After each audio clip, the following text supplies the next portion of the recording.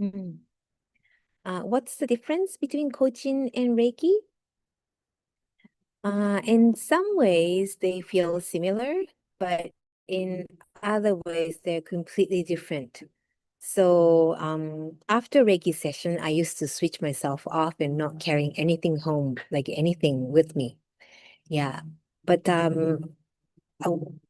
I realized something that maybe that looks like really kind, like a Reiki is really kind, but at the same time that there's some kind of like a coldness to it too, and almost like I'm avoiding responsibility somehow.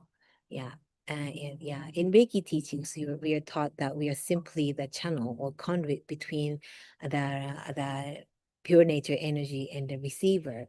So we are not healer. We are simply allowing the energy, not nature energy, to flow and supporting the person's mind and body. So that means that the receiver receives the energy, the pure nature energy, and it's time to heal from inside.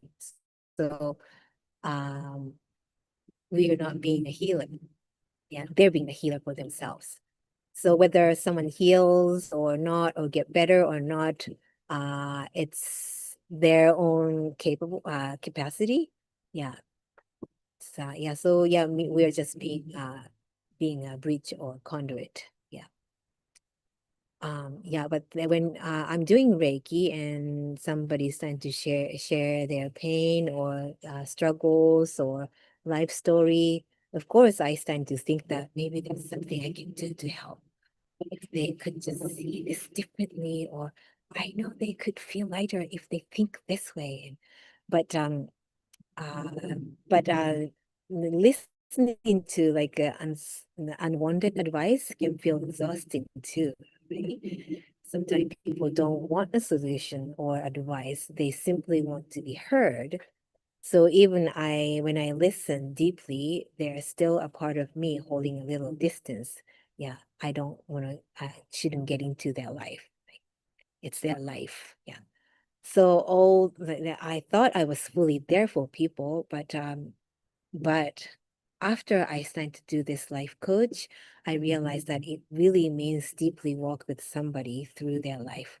This is like walking through somebody's through walking with somebody. Yeah. Yeah, especially after I began receive the payment for this work, then my way of changed. Relating with the people changed completely. I started to ask myself, what if this person's life were all my own? Like, what if this is my life? And how can this person truly become free? Or what is really keeping them stuck? And yeah, it became almost like working on a puzzle in my mind all the time. I keep reflecting on it quietly throughout my day sometimes. Just keep thinking about them. Yeah, so I may think I'm looking at another person's life, but actually I'm always looking at my life too, through their life. Because whatever we can see in another person also exists somewhere inside of ourselves too. And really it comes down to something very simple, that our outer reality reflects on our inner world. Yeah.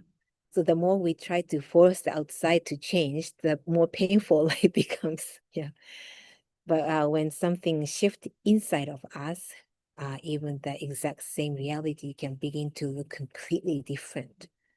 Yeah. So in many ways, although it looks like I'm doing this work for others, but it so also feels like it's deeply for myself too.